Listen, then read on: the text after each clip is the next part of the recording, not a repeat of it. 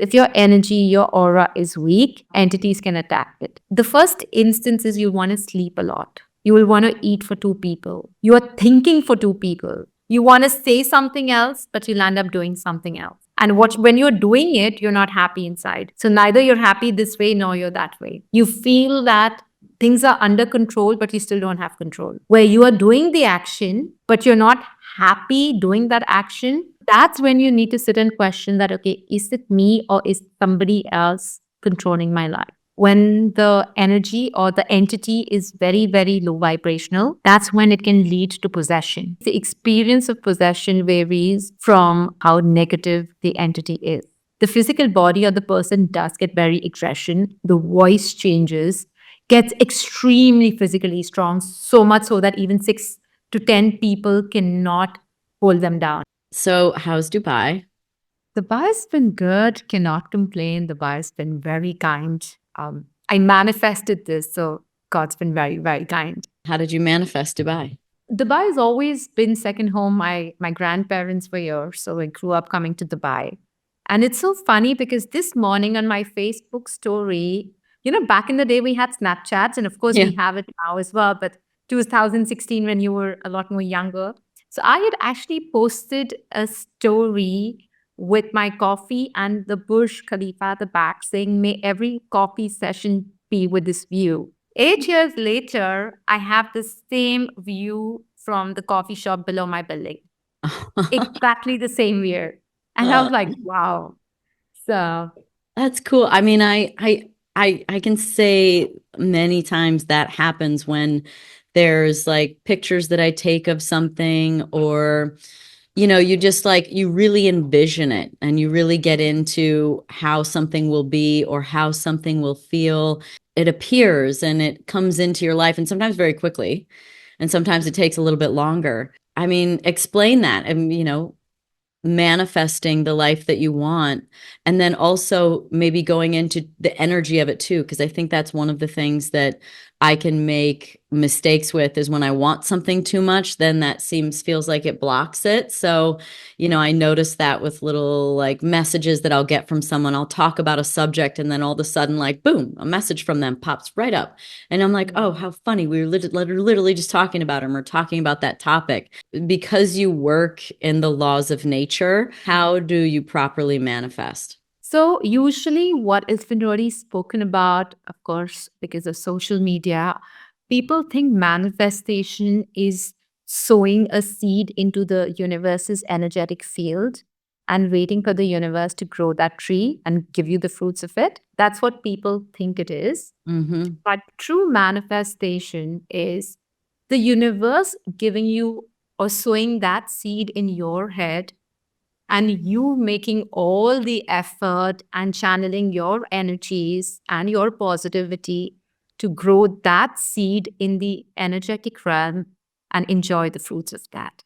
Now, something that not many people know about manifestation is that manifestation definitely works, but Danica, it is also very important to manifest or invest our energies in what is meant for us and what is truly a part of our karma or what we call our path. Because if manifestation was so easy, everyone would be happy, everyone would be rich, everyone would be powerful, everyone would be famous, no one would go to work, people will be sitting at home and manifesting. So, what people don't know is the universe is always giving you messages, signs, and signals of where you're supposed to be, where you're not supposed to be, with whom you're supposed to be, with whom you're not supposed to be. But we are so blinded because of our own attachment towards what we want or what we think we want, that we kind of ignore the messages. We kind of wait for the universe to do all the work, but it doesn't work that way. What are those signs then when it communicates? So for me, I was in London for 4 years, and 2.5 years ago, if I'm to share my personal experience, I started getting visions of me in Dubai, and that's when I told my husband that London's going to be going through a bit tough time. It will hit recession after 2 years, and I think we should look at moving to Dubai. That's also when I gave birth to my daughter. So he'd never been to Dubai. So I told him that Dubai is a very beautiful place, perfect for family life, closer to our family back home in India, And he was quite open, but also he's been a London boy for 25 years. And then, of course, the more he spoke to people, he had mixed ideas. But deep inside, I could see that there was a voice telling me that the buy is going to happen. I could see the house I'm going to live in, things like those. So every single day, the universe was talking to me saying, don't give up, don't get blindsided by other people's opinions. Because, when you talk to people, people have mixed opinions. You guys are so set in London, why do you want to uproot? Why do you want to They take a have their break? own biases, They right? have their own They'd be bias, scared to leave, so they project that onto you.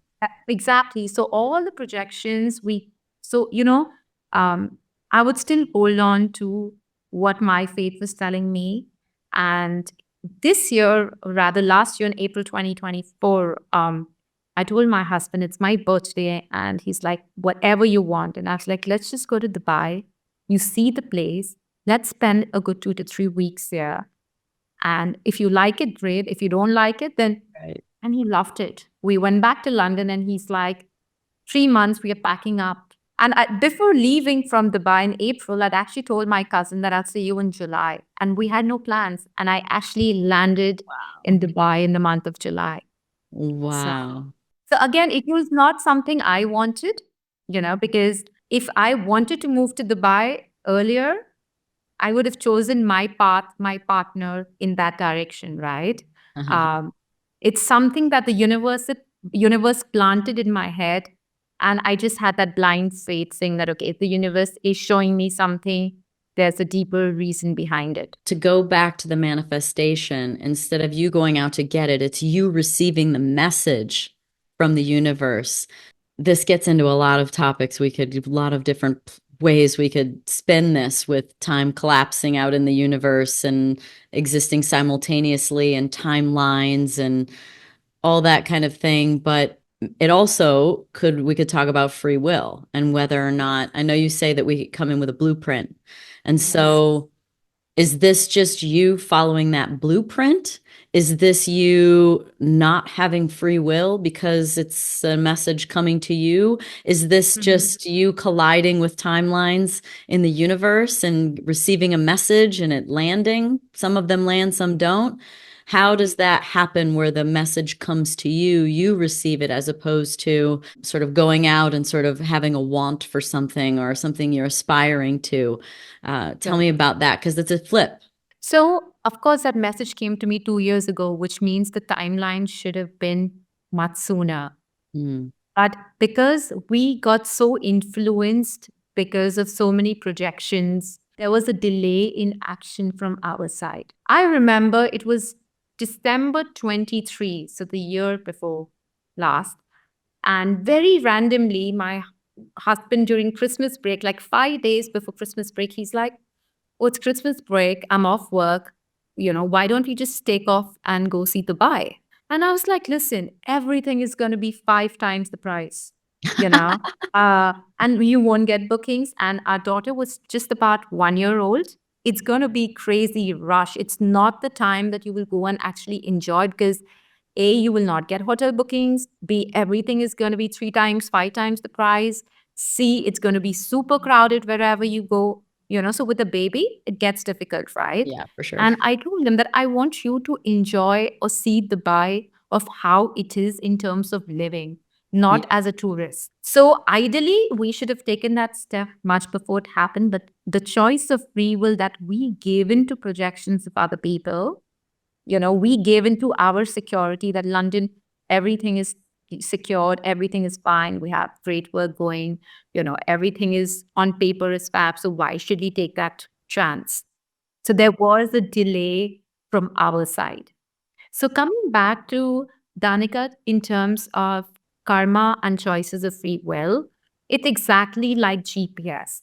If the GPS tells you after 200 meters you take a left, and you don't take that left out of your choice of free will, there is going to be rerouting. You will reach your destination eventually, but in how much time and how the quality of your drive is going to be will alter. So if you take that left after 200 meters, you will reach your destination sooner. Versus if you take a right, there will be a 20-minute, 30-minute, 50-minute, 1 hour rerouting. You may be stuck in traffic. The roads could be bad. You may have to pay highway toll, and eventually you will reach your destination. Mm, mm.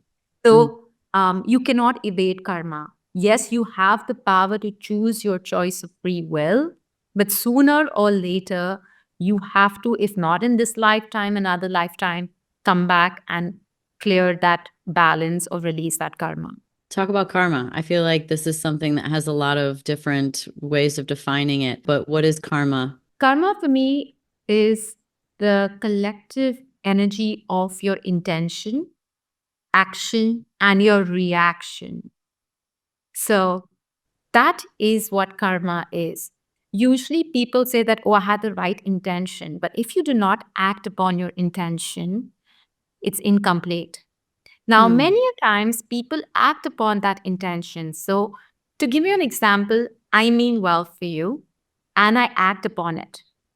But if for some reason you're critical about my action, if you are critical about what I'm doing, if you dismiss my action, if you don't receive my goodwill that I'm trying to bring into you, if I get upset with your behavior towards my action, that reaction of mine, that anger of mine, that angst, that bitterness, that disappointment of mine also plays up in my karma. Hmm. So it is not only intention and action, it's also the reaction to what we put out and the attachment towards the approval, the validation, the appreciation that most of us want is also what is a part of a karma. So is the goal to have no karma? The goal is to release and balance all karma. So what's life like if you release and balance karma? What does it look like then? You can still have your energy exchanges with people. You can still come back on earth, but with a very your energy is a lot more in an expanded state. And that's what a lot of these high frequency vibrational souls experience. A lot of masters, a lot of guides, a lot of gurus back in India experience where they are living life on earth, but they have so much to give. And they're also so content when they're not receiving anything. Mm-hmm. That is a state of complete karma, the state of zero resistance. Hmm. There's absolutely no resistance when you're giving. There's absolutely no resistance what you're receiving. So Mm-hmm. it's a state of absolute flow. It feels like if there's no, when you, the giving and receiving being clean and there being no feelings, no, it feels like very much having to, you're living in the present, you're very present. And I'm always conflicted with this state of being, with a state of not necessarily accomplishing as much. And maybe Mhm. this is my own attachment to accomplishment and drive, but it also feels like, and maybe the question is, what is our role here on earth? What are we meant to do as humans? But it feels like participating in the progress of mankind or creating things is a part of that. And when you're so present, it feels like it's very difficult to move things forward. Mhm. Is that true that those are incompatible, or are they? Can you be in this non-resistant state and be really present and Mhm. still accomplish great things and have influence um, and inspire people?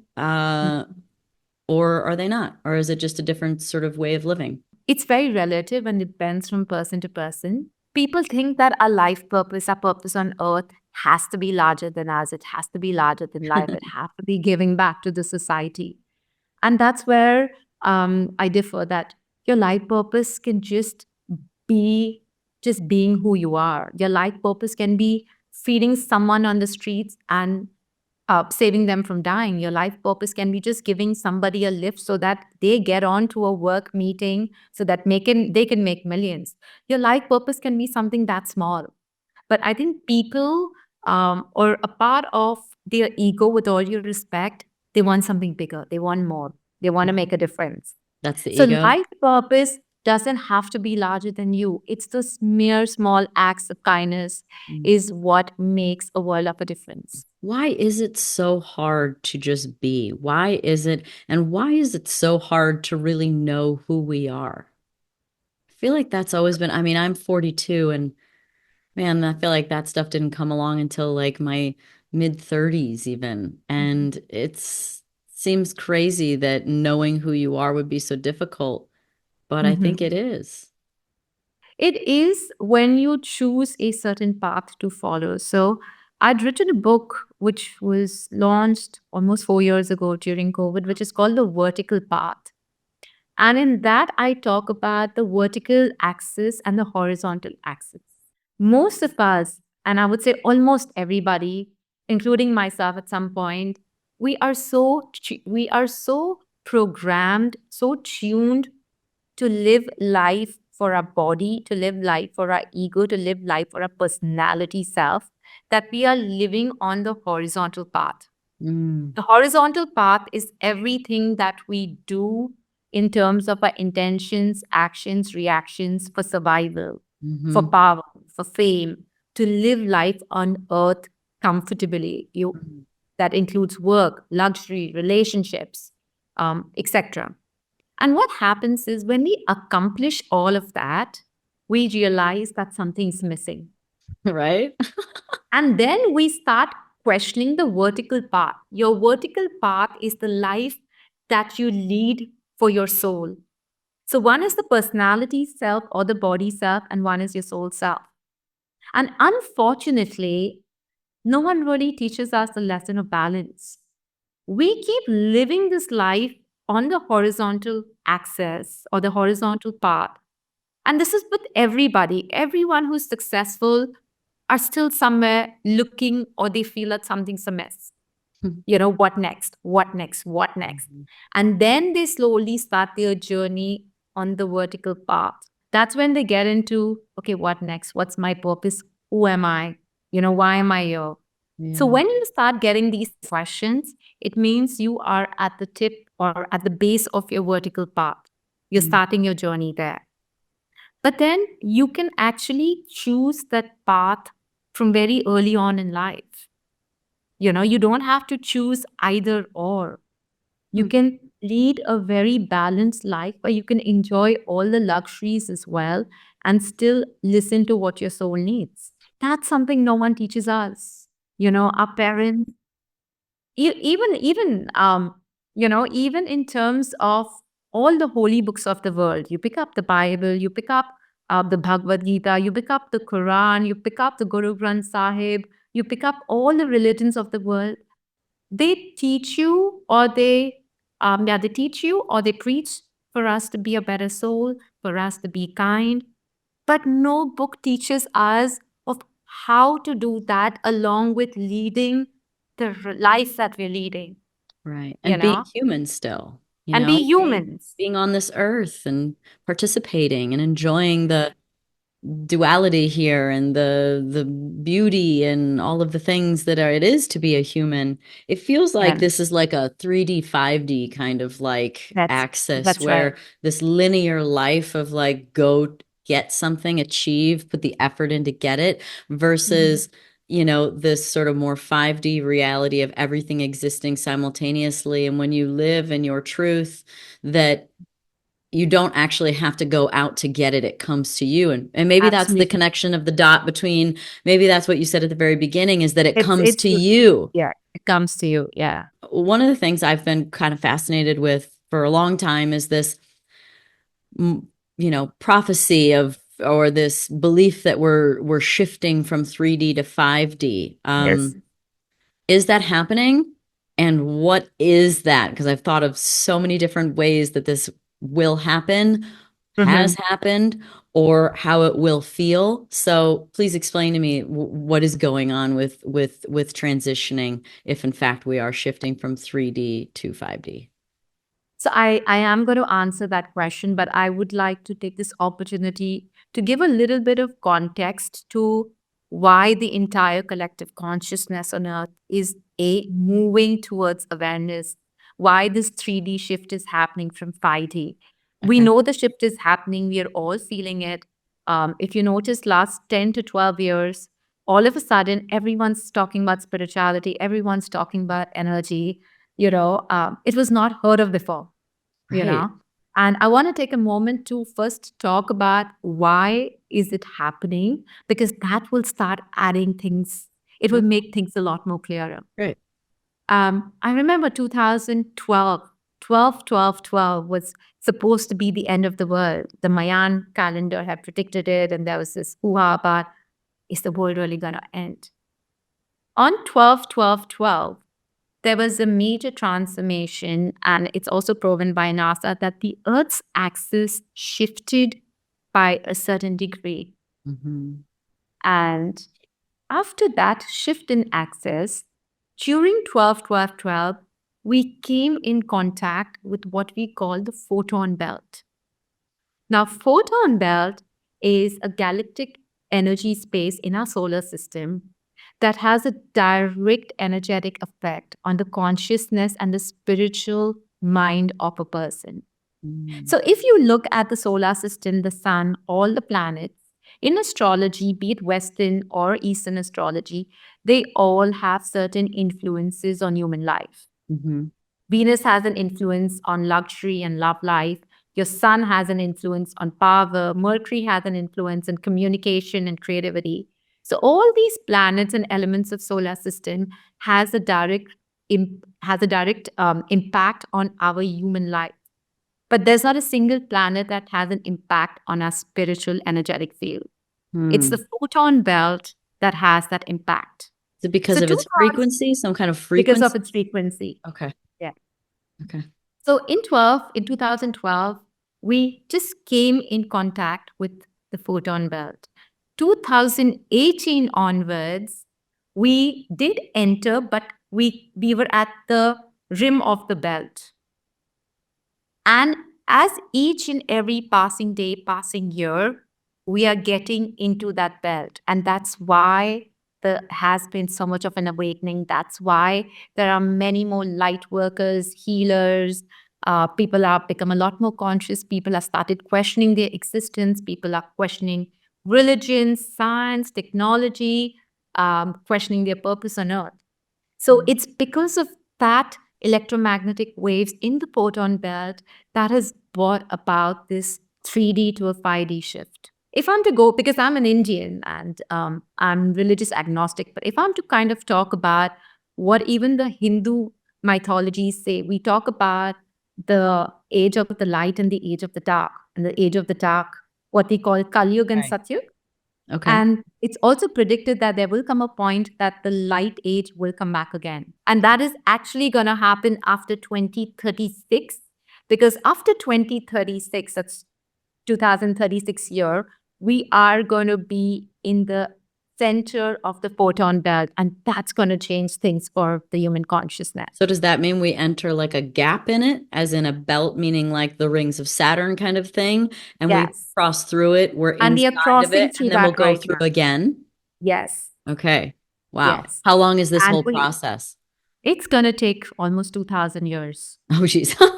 It's going to be a very slow process. Like I said, from 2012 to 2018, and now we're still circling around the orbit. We're at Okay. the orbit. We still haven't entered the belt. So it's going to be a very, very slow process.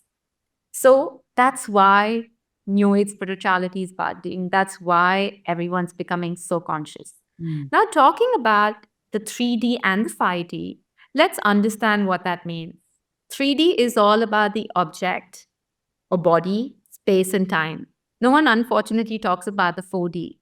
Right. 4D is about object, space, time, and consciousness. I feel like they always just say 40's unstable. That's all I've ever heard is like 40's unstable and you cross through it very quickly or something like that. I don't know if Because that's the true, but consciousness opens in a flip second. There's okay. no measure to hold that. Oh, okay. Okay. That's fine.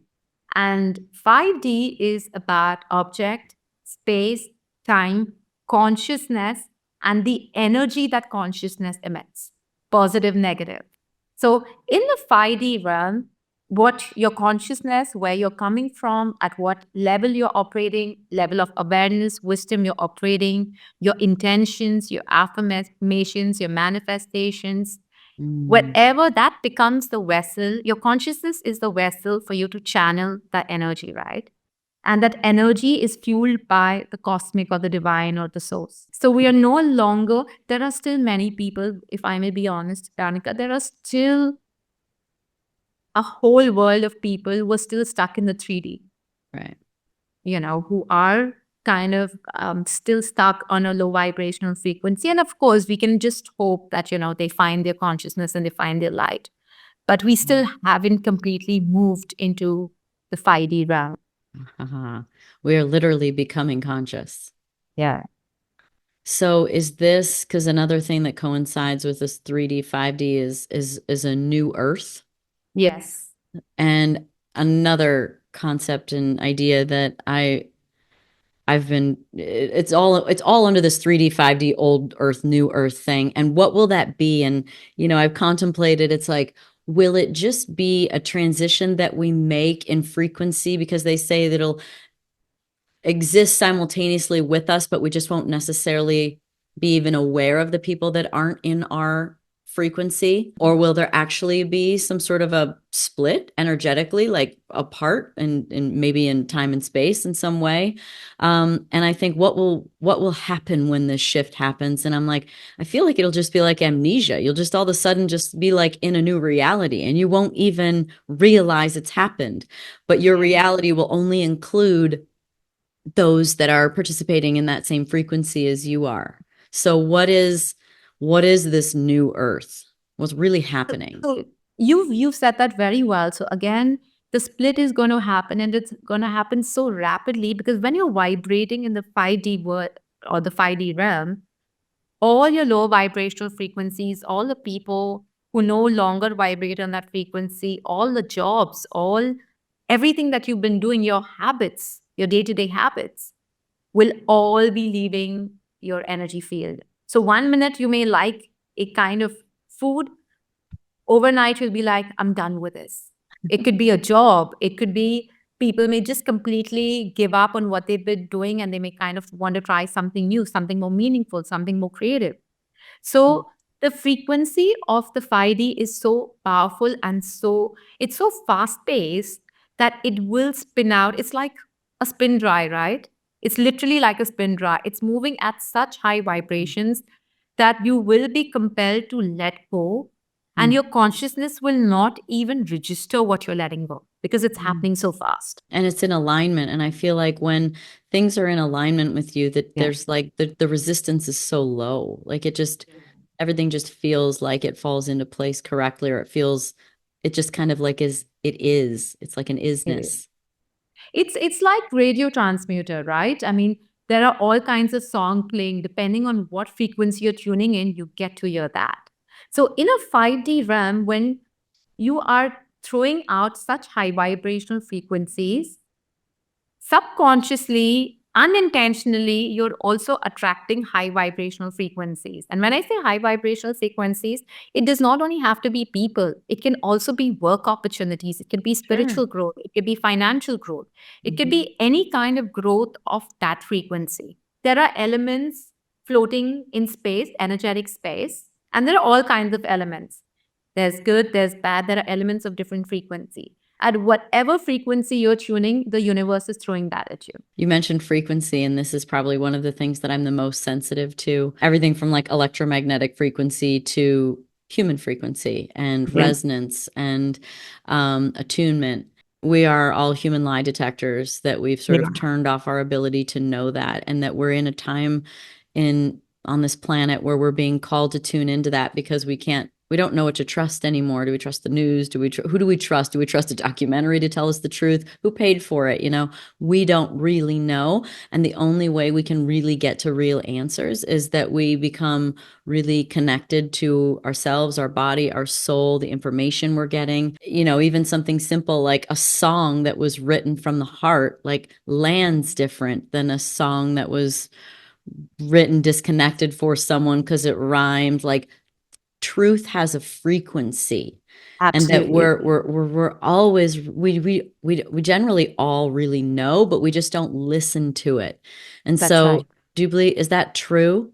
That's absolutely true. That's absolutely true. Because what we call oneness, we are all connected to that one divine. Hmm.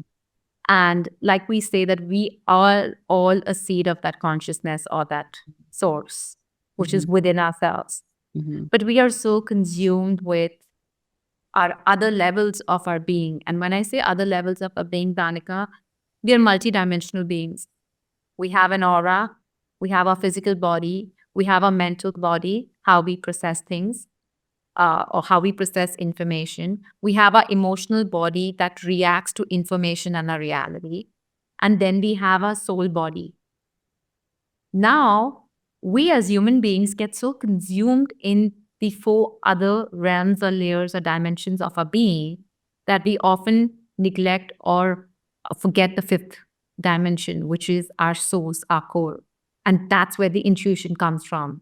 You know, the gut, the intuition, that's where the voice of the soul is. And our voice of the soul is constantly tuned into the oneness or the source, How do we hear that better? How do people get tuned into that? cutting out the noise. Mm. You know what I mean? That's so important. Our fears, our insecurities. I think also I'll explain to you for human, the first emotion that every human being that we feel is of separation. That is the first emotion. When the soul comes out in human body and is pushed out, and the mother gives birth and the umbilical cord is cut, the human goes through separation. And that becomes the core of human fears. So, in order to fit in, we just do things to please people, to fit into the society, to make money, to become famous, to achieve everything. Why? Because we want to be um, loved, we want to fit in, we want to be a part of the society, Mhm. not knowing that we are the society, Mm. you know? And everyone's trying that. Everybody is trying to be a people pleaser, everybody's trying to fit in.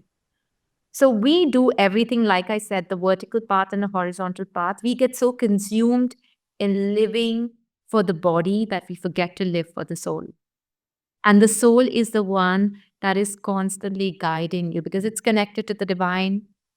You know, it remembers why you're here. It remembers who are the people you're supposed to meet. It remembers what is the path you're supposed to be following. So it's constantly nudging you. So we all get that intuition, we all get that gut feeling, but we also land up dismissing it because of our fears, our judgments, our projections. Yeah, of course. Yeah, there Oh, are stories that we tell ourselves, the yeah. deconditioning. I feel like I was one time, it sort of dawned on me. I'm like, oh, wow. As a parent, one of the most important things it feels like you could do for your child is to just not lie to them Yeah. because they can sense what's going on. Like, mommy, are you okay? And if you just say, I'm fine, it's like now their intuition is being denied Yeah. what's true because you're trying to spare them. You're trying to not have confrontation. It's like, I don't, I always wonder too, like what's the right way to raise children so that you can make them into, next level beings where they are connected to themselves and connected to their soul and Mhm. they stay in alignment. Um, do you have recommendations for how to raise your children so that they stay I connected to that special, intuitive, spiritual place of more Mhm. oneness? So because I'm a mother, I have a 2.5-year-old daughter. Um, the best thing that we can do for a child is not to treat them like children and to look at them as souls because they are old souls. They've lived many more lifetimes than us, and they're also a far more evolved version than us. Like with my daughter, I can only speak for myself, and there's no Sure, right or wrong way to bring up a sure. child. But from day one, I talked to her about everything. Even when she could not respond, I would talk to her about mama's doing this, mama's doing that. I'll give you an example. Yesterday, I was stepping out, and I never ever leave. I never step out in the nights with my friends. It's maybe first time in or second time ever since I moved to Dubai. So before leaving, I got all ready and I'm always the one to put her to sleep. So I told her, I'm like, her name is Zoe or Zoe. So I'm like, Zoe, when she goes to the park to have fun with her friends, you have your friends, Mama is going to meet her friends. Can I please go? And Oh, she's like, yes, Mama. And I'm like, am I looking okay? Do you like my earrings? And she's like, oh, yes, Mama. And oh, I'm like, is it okay if your nanny puts you to sleep? And she's like, yes, Mama. And I'm like, Daddy is going to be at home. So if you need something, he's there. And Mama will see you in the morning. And then she's like, okay, Mama, have a good day. So I didn't lie. Even right yeah. now, it's a sleep time, and I told her that, nanny is going to put you to sleep. And I was all ready, and I'm like, Mama has an important meeting. You know that Mama always puts you to sleep. You know that at this time, Mama's in her night suit. But today I have work to do. So is it okay if Didi? So I ask her. I Yeah, do that's not such a impose. brilliant way to I phrase give it. her a choice. I Yeah. let her know what's happening. I listen to what she has to say, and I don't treat her like a child. I do not believe in imposing because from this age, I want her to take decisions. As a parent, my job is to give her options and let her choose. If I feel that she's making a wrong choice, it is my responsibility to inform her about the repercussions of it. Hmm. But Hmm. as long as something which is not physically harming her, I let her be. That's how I do it. And I think it's working for me and my equation with her. And she is growing up to be, I've never, there's not a single day I've treated her like a child that she doesn't know. She knows everything, and we need to respect that. Yeah, that's great advice.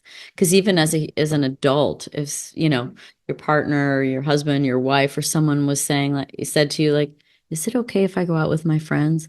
You'd be like, "Yeah, go." And then there's like the energy gets released, and there's no prejudice against it. There's no projection of fear. It's like there's consent. It's like Yeah.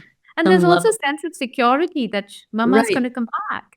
Because right. when you go out to play with your friends, you always come back home. Yeah, Versus me just yeah. leaving without meeting her and then she's looking for me and going to sleep with that insecurity saying, where has Mama gone? Right, right, right. So, That's great. This leads to thoughts about soul families. And yes. like I'm curious, do we come in with a soul family um every incarnation? Mhm. And what does that look like? How big is that? And do we, I've watched people speak about you also may be the daughter this life, but then the next Yeah. life you come back and you're the mother or you're the Yes. father. Yes. Or, sometimes you are the one that's been abused and then you come back as a perpetrator, or you perpetrator and now you're the one being abused to get the feeling. So how does that work with soul families and lessons and Sure. lifetimes? So, soul families are nothing but souls who are vibrating on similar vibrational frequencies and who keep growing and they come back on earth to push one another to attain a higher vibrational frequency. Hmm. So, before we are born, when we are forming our blueprint, our karmic chart, we sit down and be like, okay, this is the lesson I need to learn. And in order to learn that lesson, I need to look for which parent on earth who wants to have a baby can teach me that lesson and give me that life experience. Sign up for the pain. I must have become, I've been a healer, I was a psychic, but I never used those powers. I never came out of the closet. So in this lifetime, I know that one of my purposes is to come out of the closet and share my gift with the world. Um, I was I chose to be born into the family where my mother is very, very spiritual and she's gifted. My grandmother is very spiritual. Mm. Um, so I came into that family where my mother's very spiritual, but my father's very rooted in his religion, which is just pure faith. I also chose a family where My father had the financial means so that I led a comfortable life, because at the age of 9, I was traveling, I was doing Reiki. At the age of 14, I remember back in India, I did the Disarva course, the mind control course, which back then costed a bomb. And I remember, I'm talking about in 1996 or 1997, around 97, 98. It was held at the Taj in Bombay, and it costed 25,000 bucks back then, which for now could be like 5 to 10 lakhs, Indian rupees. Uh, my mother pushed me to do it. I started traveling to do courses. I became a NLP.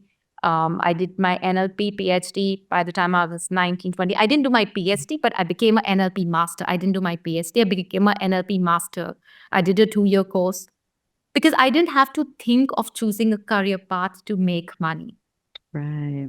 Now, if I didn't come from a financially secure or a stable or a comfortable background, my objective would have been I have to study, I have to become a doctor, I need to become an engineer, I need to pick up a career path that will pay my bills, that will make me money. I never um, ever thought of making a career path for money because of the family upbringing. They're like, women in a house don't work. You need the money, it's there.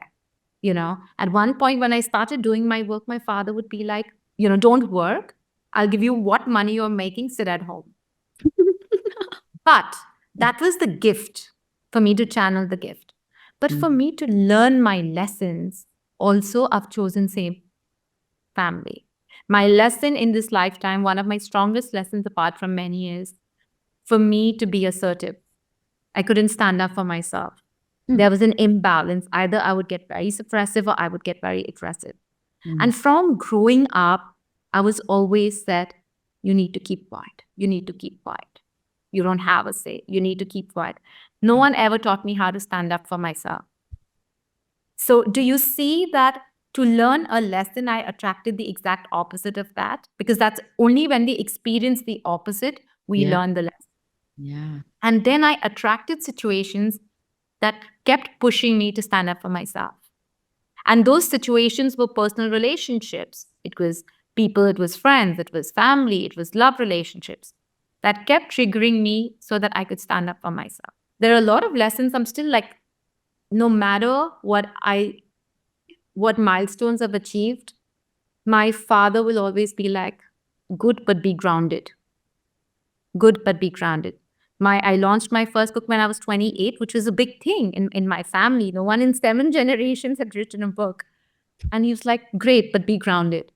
I'm like, Dad, it's a bestseller. No, good, but be grounded. They're also teaching me a lot of lessons, because by the end of it, there could be millions of people telling me that what great work I've done. And then there are 2 family members, my parents, who like, be grounded. So for me, their word is far more important than what other people are telling me.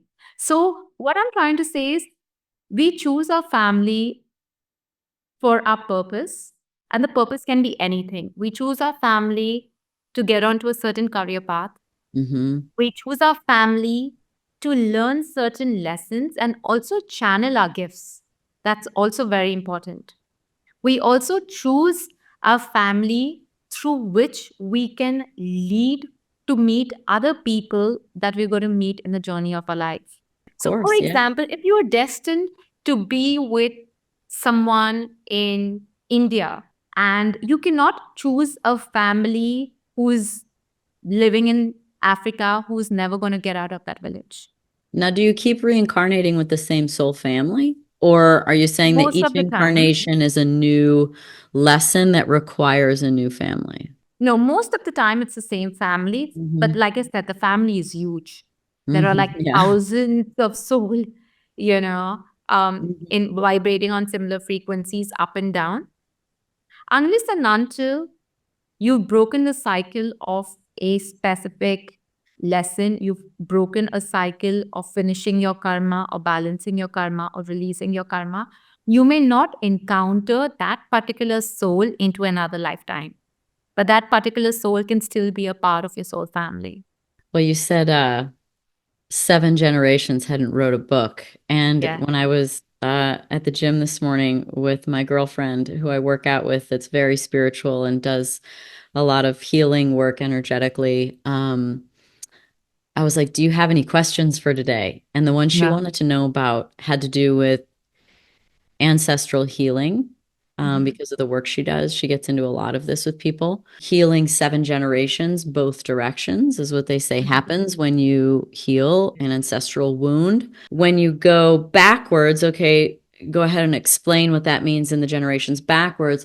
But forwards, like if you, let's say, if your mother's alive and it catches her in that, because she's alive on earth, that becomes now a choice point for someone that's still incarnated to make a decision whether or not they're going to actually move forward with that healing or not. So Yeah. how does this work when you heal an ancestral wound, and going forward and backwards seven generations? Is that what actually happens? So you have to break through that. Usually, um, when we talk about generational healing, that generational wound is such a strong part of our soul DNA, memory, our body. And most of the healing is done in the awareness of what needs to be healed, Just in the awareness. just in the awareness. Hmm. And making a choice consciously that I'm not going to choose that anymore. Because it takes so long to just get to that point, even. Yes. It's just, Yes. I always say this to people when they're on a journey, a spiritual healing journey, and they feel like they're really struggling. I'm like, it took your whole life to get here. Like, Yeah. Yeah. yes, the worst part is ahead of you probably still, but it's the Mhm. short part. Like Yeah. so that makes sense that the awareness is the almost the inevitability of the healing. Yeah. And also, like they say, right, even in medical, half the battle is won when the diagnosis is right. Then Hmm. it's just about day to day awareness of Yeah. bringing in about changes. So, for Hmm. example, and this is unfortunately what the world is going through, is 95% of the women have lived in rejecting their feminine self or their feminine energy, Mm. you know, um, because back in the day, generations and generations, everyone wanted a boy child. The minute a girl child was born, it's like, oh my God, Yeah, you try know, again. exactly. Our mothers carrying that wound, that, oh, women are not supposed to talk out, women are not supposed to do something. Of course, now the world that we're living in has become a lot more progressive. Hmm. But that rejection of the feminine wound has already happened in our grandmothers, Right. you know, all the lineage and grandmothers from both the sides, your maternal, paternal. In some way or the other, that wound has been carrying forward, and it manifests in different ways. It manifests in physical ailments. 9 out of 10 women, why do they suffer with hormonal imbalance, PCOD, PCO? Is because that is a physical manifestation of them rejecting their feminine wound Mm. or feminine energy. Yeah. Even the imbalance that you look at globally, it's man versus woman. We don't see each other as human beings. The entire world is split between man and woman. And women are not being true to their divine feminine energy and constantly operating from the masculine space. And it's exhausting. What's coming back to it is so, so important to become aware to what is the generational wound that needs to be healed. Right. And once that shift happens, once that awareness happens, you start making choices according to that awareness. Healing is very easy. It's the diagnosis of that trauma or that generational wound is very difficult. If people, I mean, the next question, I know many of the listeners will be like, okay, how do we know what is our generational wound? Look at the experiences around you. So, if at all in your life you're attracting a lot of abuse, you're attracting a lot of aggression, you're attracting a lot of dominance, that energy is the energy that needs to be released because at some point your ancestors were operating from that space. And you have to break that by making a choice that I'm not going to let other people's aggression, their dominance affect me. I'm not going to victimize myself and I'm not going to become a victim to that energy. Right. Because sometimes you cannot change people around you, right? You cannot discard relationships in order to heal ancestral energies. So the choice that needs to be made is how you react or respond to that behavior. The minute you stop victimizing yourself to other people's aggression, other people's dominance, the healing will automatically start happening.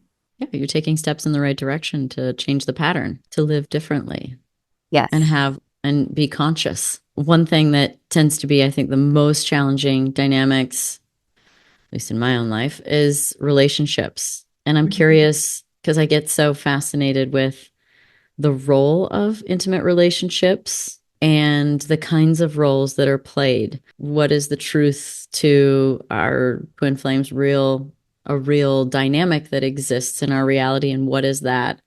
Karmic relationships, soulmates. So what is the role of a relationship and in our development as a human being, and then what Mhm. kinds are there? So, the first and the most important role for a male or a female in any relationship is, of course, to procreate and also bring in a balance of the masculine and the feminine.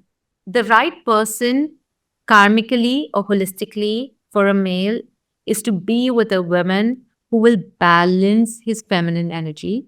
And for a female, it is to bring in a sense of masculine energy in the right balance. Women land up operating from a space of extreme feminine energy, and men land up operating from a space of extreme masculine energy in a relationship. There's an imbalance there. So, that is on a very holistic, deep level. That is the ultimate role of any intimate relationship. That's one thing. Now, second thing is in the karmic chart, Danica, it's very important that certain aspects play out. Like I said, there could be so many people from our same soul group vibrating at similar frequencies on Earth. So when we look at entering into a relationship, be it a boyfriend or a girlfriend or a husband or a wife, it is important to enter into that relationship with people with whom we have karmic connections. Otherwise, that relationship will bring you down. And it is just not that one person. Like they say, you can have many soulmates. It's just not that one person, Mm-hmm. but it's that frequency. So whoever's vibrating on that frequency is the right person for you because you need that frequency in order to walk your path with ease and grace. If you get attached or if you're in a relationship with someone who's of a completely different frequency or archetype, you will not be able to walk your path. Will you be able to stay with them? Like, how will you know when you're not in the right frequency? What will be the situation? Will you just completely repel them, not even entertain the idea of that other person? Or what does it look like if you fight through it? So the way I describe it is when that person is a part of your karmic match or karmic chart, no matter what physical issues you go through, the universe will always bring you all together because the universe is supporting that relationship. When you're with someone with whom you do not have a karmic match, even on the physical level, there are no problems. The universe will create situations to tear you all apart. So even the smallest Really? things can lead to something big. Huh. And when you're with someone with whom you have a karmic connection, even the biggest things, you have this ease and grace and strength to overcome it. I guess I'm thinking as karmic as being negative, like a karmic lesson, but it's not always negative. No, it's not Okay. always negative. It's just maybe So, someone to help you on your path, maybe someone to support you. so here, when I talk about karmic, I'm talking about your path, somebody that will support your path. So, if Mhm. Danica is vibrating at this level and she wants to, on a soul consciousness level, wants to vibrate at this level, you need to attract a partner who will support that journey. Mm, A wrong partner will pull you down from year to year or will mhm. not let you grow, or then you just be stuck here. Karmic path is basically what Danica has charted for herself in her blueprint. And then accordingly, you need to attract people who will help you achieve that. And also, it has to be a symbiotic relationship where you're able to do that for your partner. What do dreams mean? Because I feel like there's been experience in my life where I'm like, man, some people are just dream stalkers and they show up in your dream all the time where, then it's interesting. It's like, I don't know, haven't dreamt about my mom and dad really ever, but these characters show up all the time. So, why is that? What is the significance of dreams? So, dreams can happen on different energetic levels. So, on the energy level, when you are subconsciously thinking of someone or you need to heal and complete with someone, you will dream of them. But in that dream, it's going to be you having a conversation with that person or you doing some activity with that person. Mm-hmm. If someone else is telepathically thinking about you, wanting to complete with you, is attracted to you, you will dream of them. But in that dream, they will be saying something, they will be doing something. So the action is going to be from them, or the Oh. dream or the vision is going to be where they are more active. Sometimes dreams are also what is going on. So if suppose you've watched a disturbing series or a movie and Mm-hmm. it's affected you, it's triggering you, you Mm-hmm. might just have the same dream. Mm-hmm. You know what Okay. I mean? So It's in not the every subconscious. dream has to be a significant dream, but the energy with what you wake up is what is important. Okay. So when Meaning you the wake energy up, of the memory of the dream, or what do you mean? how you wake up. So if you wake up feeling very depleted, Okay. it means that that dream is based on the conscious level. What you're thinking, what you're perceiving, what you've picked up from people. Okay. When the dream could be disturbing, but you wake up still feeling a lot more lighter, which means that there's been some energy healing, some completion that's taken place through that dream. Like, sometimes even when we go to crowded places, when we go for parties, you come back home carrying those energies, you will have a negative dream. So I always make it a point to have a saltwater bath, as soon as I come back, every time I step out and come back, so that I don't go to bed with those dreams or those energies. So dreams can have, many meanings, but it can be on the conscious level, it can be on the energetic level. Conscious Mhm. levels are more disturbing. Is there a difference between remembering your dreams and not remembering your dreams? Oh, yes. Conscious dreams are the dreams that you remember. If Mhm. you've had any kind of astral traveling, also I wanted to add in here that a lot many dreams where the souls are healing, that's when they do some form of astral traveling. Like Okay. I've done readings for people in my dreams, Oh, you wow. know. So, and I'm like, okay, but maybe someone at that point needed it, you know. Uh, I used to do a lot of You're working healing in overtime. dreams. Yeah. So in my dreams, like I do a lot of astral traveling where, you know, there are days that I'm tired and I feel that my body needs that extra energy. I astral travel into the angelic realm and I kind of, Charge up. recharge my energy there and I come back. So I do a lot of that. But again, for a layman, that's very difficult, right? But yes, even as layman, we do astral travel without knowing it, Mm. and we wake up and it's that state of deep sleep where you woken up and you're like, why am I here? That's an astral travel dream Negative entities, evil energies, spirits. How much are we dealing with that in our regular life? all the time. How will we know if something's trying to come in or challenge us or pull us away or steal our energy? So they will appear externally where you start feeling this heaviness in your space. It could be a house, it could be an office, it could be when you walk into someone's house, you just all of a sudden feel drained out, you develop a weird headache, weird body pain, things like those. So entities can be around us in our space that can disturb the equilibrium or balance. When entities enter a body, and entities will only enter your body if your energy or your aura is weak. That's why we talk so much about energetic protection. That's why we talk about, being silent in the morning. That's why we talk about listening to some prayer or some chanting or doing some affirmation in the morning to create that energy field around you. Because if your energy, your aura is weak, entities can attack it. If your energy or aura is strong, they will not be able to penetrate through that field or that protection.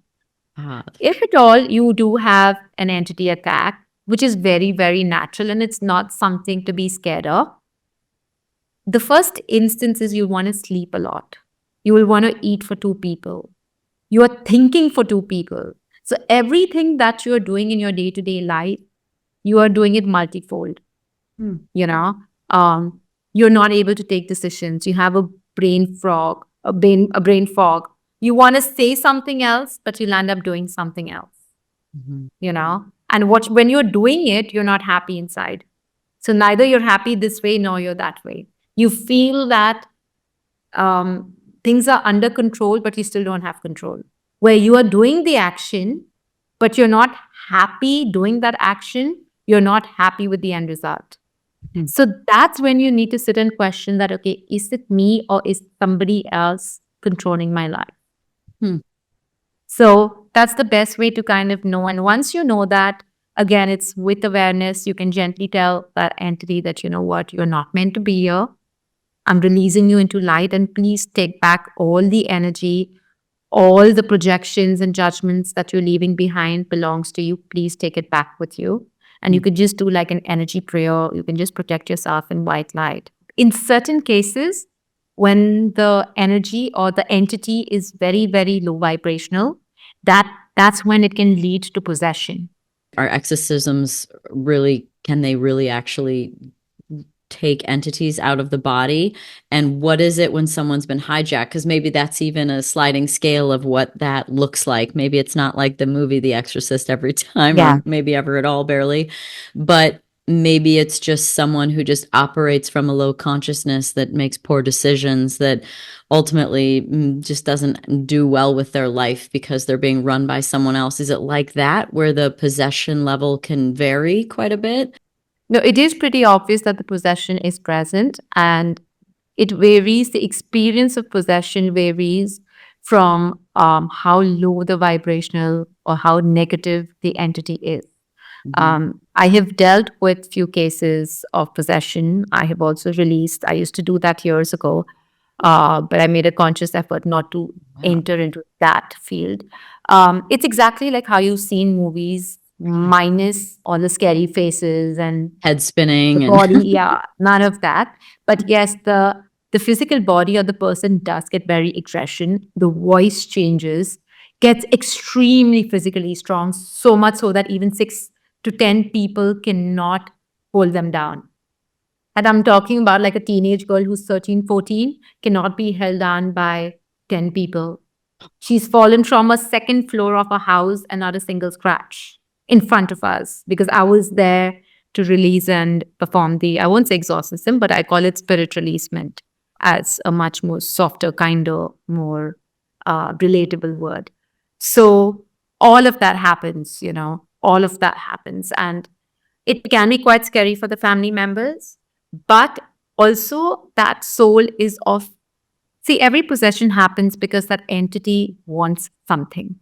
It could be just a sense of realization that you're dead. Sometimes entities don't know that they're dead. So they're looking for bodies because they want to continue living on Earth. And just telling them that your time is up and you need to move and your body is not on Earth, that can become like a shift in awareness. And that statement is good for possession or entity releasement. Sometimes there are far more darker energies that are there for revenge. There are far more darker energies, especially with houses. They get so attached to their materialistic possession that they stay in the house, and then whoever enters that house, they start living through them. So sometimes it's just physical or materialistic attachment that holds them down on earth. And then you have to make them you have to make them aware that your time is up and your body is not here anymore. And it's time for you to move into light and come back into another body, and you have the choice. hmm. So it's just about that shift in awareness, that shift in consciousness that changes everything. How powerful are incense like sage, Palo Santo? Do those actually Mhm. push spirits out? They don't. push spirits out completely, depending on the vibrations of the frequency of the spirit or the entity. But it helps you clear a energy, or rather, it helps you build the energetic protection around you in that space. Mm, That the energy of the house is a lot more powerful and stronger than the energy of the spirit or entity. Danica, people talk about polarities, people talk about negative energy and positive energy. Can we destroy negative energy? No. Can we diminish the power of negative energy? No. We can only make the positive energy a lot more stronger to reduce the effect of the negative energy. And the same goes in healing. mhm. The same goes in any kind of lessons. The same goes in frequencies, that we cannot remove negative energy. It's a polarity, that energy is always going to be there. But we can make the positive so much more stronger that the negative energy does not have that much effect. Are there sinister groups here on Earth that have horrible practices that are all possessed, whether it be worshiping Satan or satanic practices? I feel like you see this pop up with celebrities in some ways, that perhaps that's kind of how they get what they want, whether that's the Illuminati. I mean, is that happening on Earth? And do people actually get power from that? There have been artists that do, odd ritualistic practices. I think, is that out there happening? It is definitely happening, and it's been happening for decades and decades. It's just that people now are becoming a lot more conscious. And like we said, that we right now are living in that moment of truth. Earlier, even if it was happening, people didn't want to see the truth. There was always denial because the fame, money, power was quite blinding. Right now, people don't care, right? Because everyone's making money. People are not intimidated by power. People are not intimidated by fame anymore. So they are okay to call spade a spade. That's the only difference. This was happening years ago also. Mm. But it's just that there was a lot of intimidation because of power, wealth, fame. Right now, that's not happening anymore. But yes, to answer your question, it is happening, and it's happening on a very large scale. And it's happening not only with celebrities, it's happening with businessmen, it's happening with politicians globally. So it's happening everywhere. How much does the politics in America affect Dubai, or your life, or what happens? Do we have a good president in place now to do good things? I mean, is that something you ever tap into to look at the Akashic records and see what someone's story is? So I try to stay as much as I can from politics. Is because I stay away from news, and it's just that. But in terms of the president of USA, definitely right now his intentions are good, and it does affect. I think, as much as we say, uh, uh, there are far more emerging, stronger, powerful countries coming up. I think US in some way still has the ultimate power in some way or the other.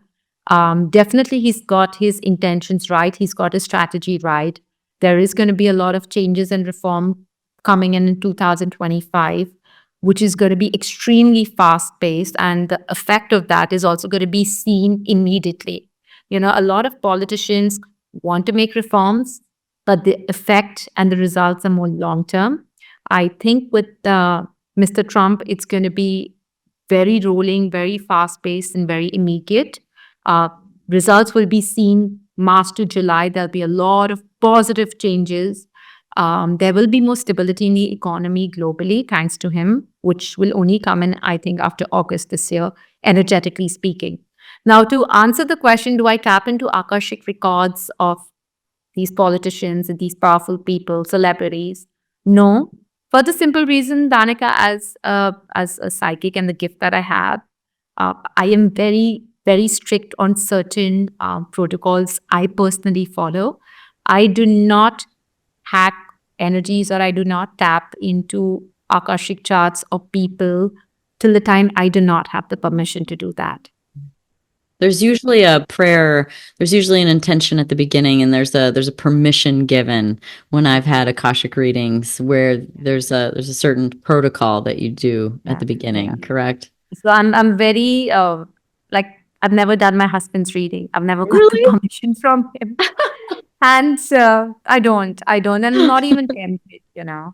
So I don't, I've not really done any Akashic record readings of politicians. I do have politician clients back home in India, but I can read into their chart because they've given me access to it. How does your gift show up every day? I'm curious how that looks for you. And probably it's very difficult. I'll preface by saying I'm sure No, because you've no, lived with it your whole life, it may be difficult to articulate the difference because you've only ever been you, but I'm curious how energies come forward, how spirit comes through. What is that like for you?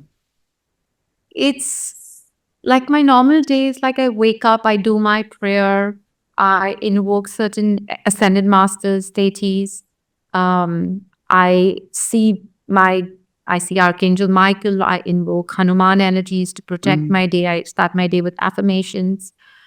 Days that I'm working, which is almost every day, um, I just get onto a Zoom call with my client, and it's usually an audio call. I choose not to see them. I don't need to see them. I right. just take their full name and I just start downloading information. Like I can download like and I speak very fast when I'm downloading information. I just start talking and they're like, "Don't you need my date of birth, time of birth?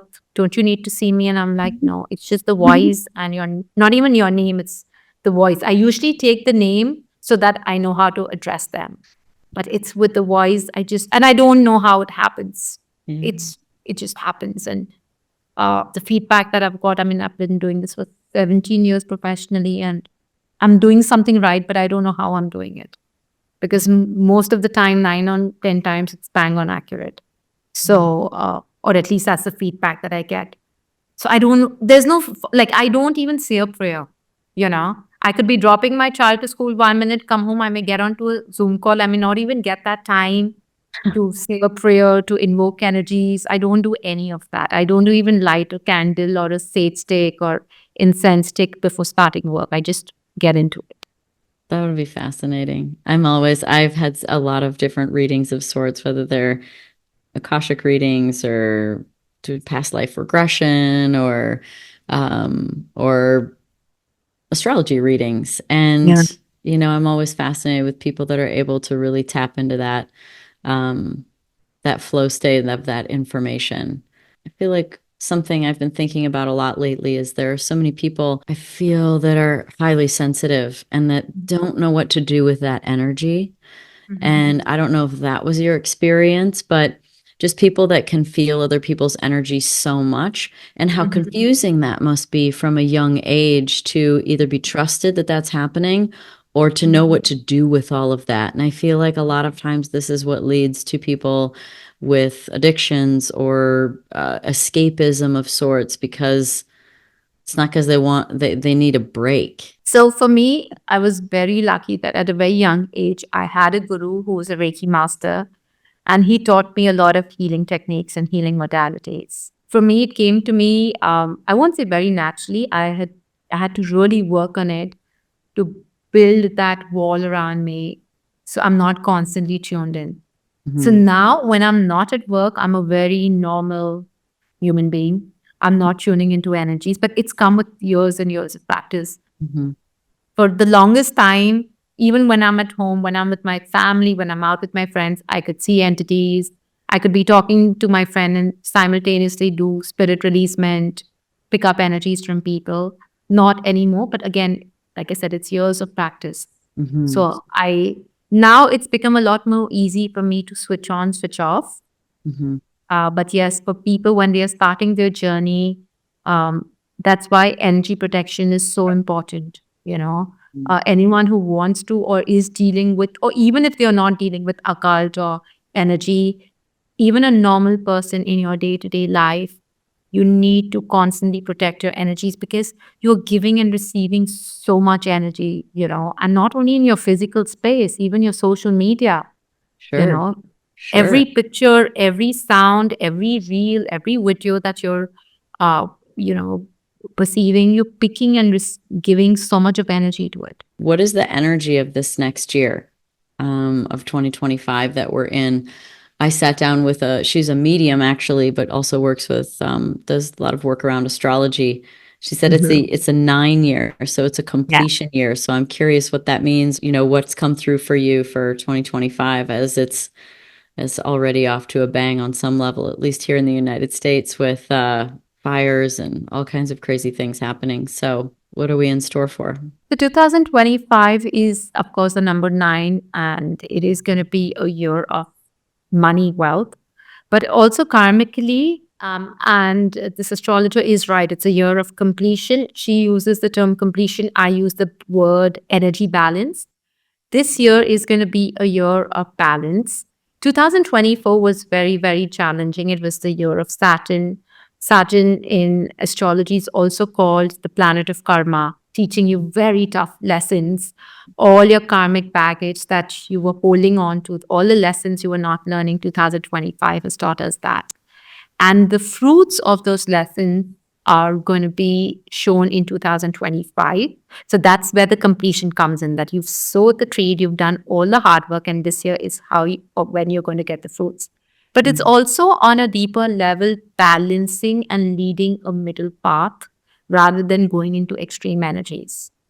So, whatever we went through last year, I think it's important for us to learn the lesson of being balanced rather than going in extreme directions.